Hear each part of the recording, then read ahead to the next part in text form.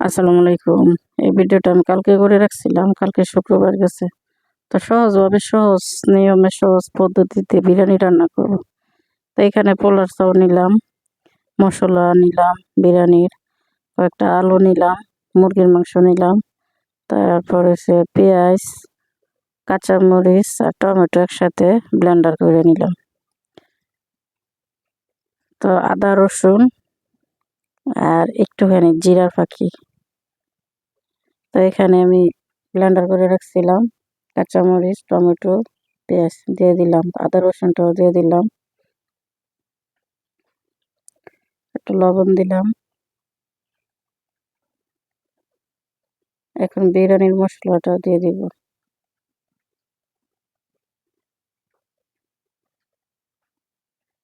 তেল দিব,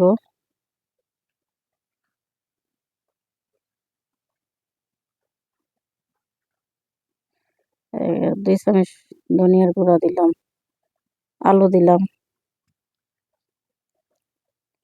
আলুটা মুরগির সাথে একসাথে দিয়ে দিতেছি, কারণ সিদ্ধ হইব তো। 2 চির লেবু রস দিয়ে দিলাম। অন্য বাইরের বিরিয়ানির কোনো মশলাই আমি এখানে ব্যবহার করব না। তো দিয়ে তারপর আমি বসাই দিলাম কড়াইতে। তো এখানে পোলার চালটা আমি আগে থেকে ধুয়ে ছেঁকে রাখছিলাম। তো এই দেখেন মুরগিটা রান্না করা শেষ। তো এই মশলা দিয়ে আমি মশলার মধ্যে চাউলটা দিয়ে দিব। তো মুরগিটা আমি উঠায় রাখছি একটা বাটিতে। তো এই পোলাও চাউলটা দিয়ে দিলাম। তো চাউলটা একটু ভাজা ভাজা করে নেব। এই মশলাতে আমি রান্না করবো বিরিয়ানি, আর কোনো মশলাও দেব না বা তেলও ব্যবহার করবো না।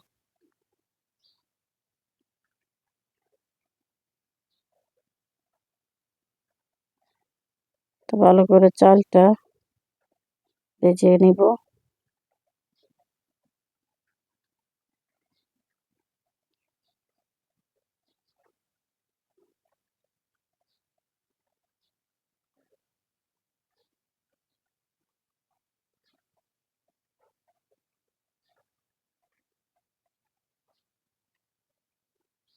দেখুন জর্জরা হয়েছে ভাজা। তো এখন তো আমি পানিটা দিয়ে দিব। তো এই পানিটা দিয়ে দিলাম।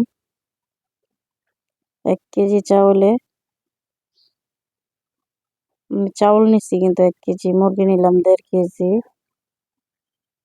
তো এখানে একটা গাজর চিকন করে কেটে রাখছিলাম, তো এই গাজরটাও দিয়ে দিব।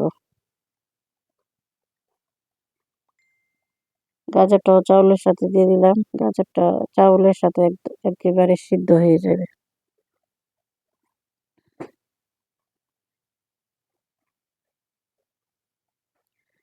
তো যারা যারা আমার ভিডিও দেখেন, যদি আমার ভিডিও ভালো লাগে তো লাইক কমেন্ট শেয়ার করবেন, চ্যানেল সাবস্ক্রাইব করবেন, বেশি বেশি করে ভিডিওটা শেয়ার করবেন। তো এদিকে কয়টা পোলা পাতাও দিয়ে দিলাম উপর দিয়ে। যেহেতু কাঁচা মরিচটা আমি আগে থেকে পেঁয়াজের সাথে ব্লেন্ডার করে রাখছিলাম, তো কাঁচা মরিচ আর দিই নাই, তো জালটা বেশি হয়ে যাবে। তো ওই যে মুরগিটা উঠায় রাখছিলাম, তো এই মুরগিটাও দিয়ে দিলাম পোলাওর সাথে। তো এখন মুরগি আর পোলাও চাউল একসাথে মিক্সড করে তারপর আমি দমে বসাইয়ে রাখবো।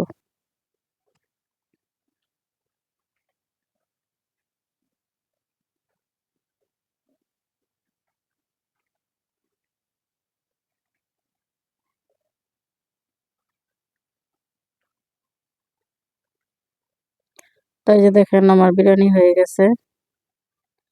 তো কত সুন্দর কালার আসছে। তো ধন্যবাদ সবাই যারা যারা ভিডিওটা তখন ধরে দেখতেছেন। আসসালামু আলাইকুম।